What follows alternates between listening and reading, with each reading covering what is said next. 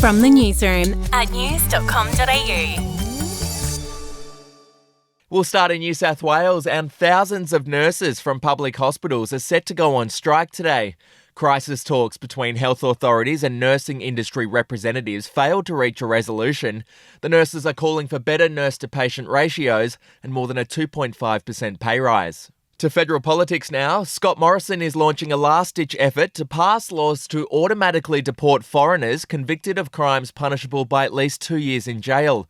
Labor has opposed the bill several times since 2018. They argue that low-level offenders would be unfairly caught up and kicked out. In other news, Jarryd Hayne could be released from prison as soon as today. He'll apply for bail after his convictions for sexual assault were quashed on appeal yesterday. He'll now face a third trial. To sport, it was a disappointing day for our aerial skiers at the Winter Olympics in Beijing. World number 4 Danielle Scott failed to make the final, and Laura Peel, who was considered a gold medal contender, finished 5th.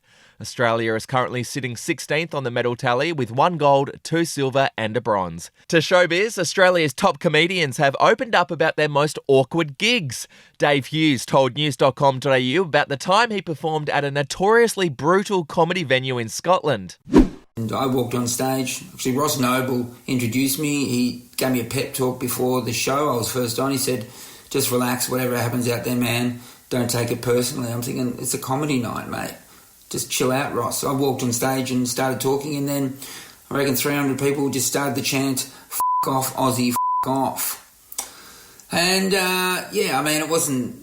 I don't think it was the wittiest comeback that 300 people could go with, but, I just said that they disgusted me, and actually they laughed at that, so we ended up having a good time. And finally, in royal news, Camilla, the Duchess of Cornwall, has tested positive for COVID. It comes just days after her husband, Prince Charles, caught the virus for a second time. Buckingham Palace is refusing to say whether or not the Queen has tested positive or negative, citing medical privacy. Your update from news.com.au.